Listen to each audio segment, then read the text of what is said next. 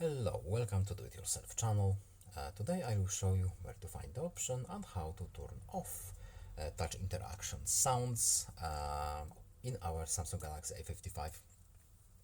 So where to turn off our touchscreen interaction sounds?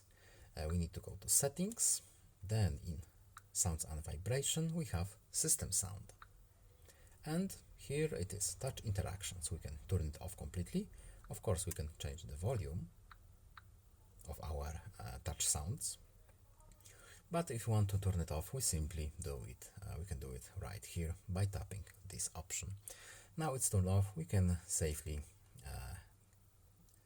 close our menus. There is no need to save, the phone will remember our settings. I hope this video was helpful to you. Please leave a like and subscribe. Have a nice day and see you in the next video. Goodbye.